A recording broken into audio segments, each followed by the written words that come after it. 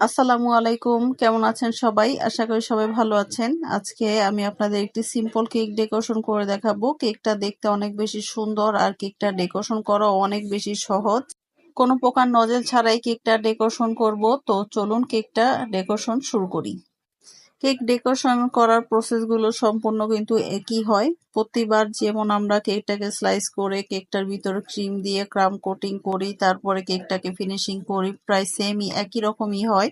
শুধু কেকের ডেকোরেশনটা আলাদা হয় আর প্রতিবারের মতো কেকগুলোর ডেকোরেশনটা প্রায় সেমই হয়। তবে সব কেকের ডেকোরেশনগুলো কিন্তু সেম হয় না।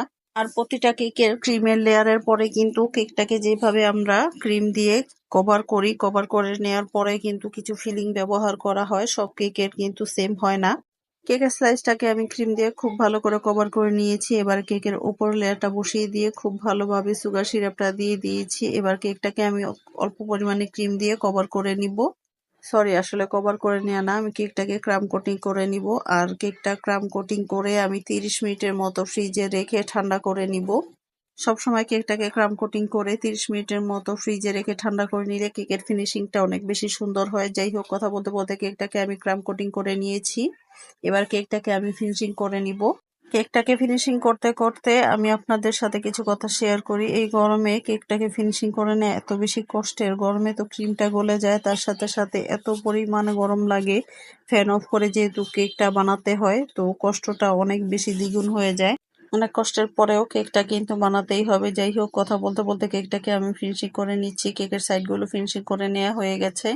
কেকটাকে আমি খুব দ্রুত ফিনিশিং করে নিচ্ছি, যেহেতু গরমে কেকের ক্রিম যেহেতু গলে যায়, এর জন্য কেকটা যত তাড়াতাড়ি সম্ভব ফিনিশিং করে নিচ্ছি। মাঝে মাঝে এমন হয় যে কোনো কাজই করতে ভালো লাগে না। যত কাজই মজার হোক না কেন, যেই কাজটা আমরা করি না কেন, যত ভালোবেসেই করি না কেন, আসলে কিছু কিছু সময় কাজ করতে ইচ্ছে করে না।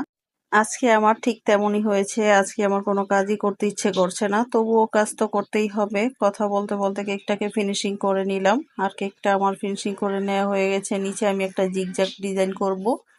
এর জন্য কেকটা পুরোপুরি ফিনিশিং করার পরে কেকের নিচে আমি জিগজ্যাগ ডিজাইনটা করে নিয়েছি। এবার উপরে আমি হালকা লাল কালারের ক্রিম দিয়ে একটা বর্ডার লাইনের মতো করে নিচ্ছি। তারপরে একটা গ্রিন কালারের ক্রিম দিয়ে একটা লাইনের মতো টেনে নিচ্ছি।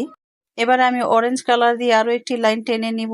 এইভাবেই কিন্তু আমি ডিজাইনটা করে নিব। আর কেকের ক্রিমটা একটু ফিনিশিং করে দিব, যেন লাইনগুলো দেখতে অনেক বেশি সুন্দর লাগে।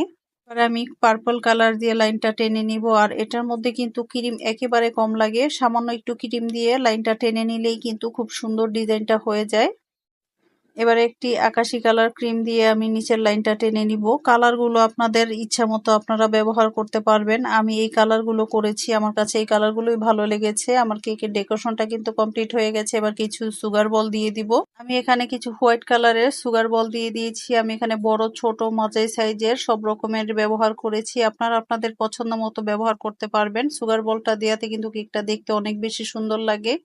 আর কেকের মধ্যে সুগার বল দেওয়াতে কিন্তু কেকের সৌন্দর্যটা অনেক বেশি বেড়ে যায়। কথা বলতে বলতে কিন্তু আমার কেক ডেকোরেশনটা কমপ্লিট হয়ে গেছে। আমার কেক ডেকোরেশনটা আপনাদের কাছে কেমন লেগেছে অবশ্যই কমেন্ট করে জানাবেন। ভিডিওটি ভালো লাগলে লাইক, কমেন্ট আর বেশি বেশি শেয়ার করবেন। আজকের মতো বিদায় নিচ্ছি। দেখা হবে পরবর্তী কোনো ভিডিওতে। সেই পর্যন্ত সবাইকে আল্লাহ তাআলা ভালো রাখুক, সুস্থ রাখুক। আল্লাহ হাফেজ। আসসালামু আলাইকুম।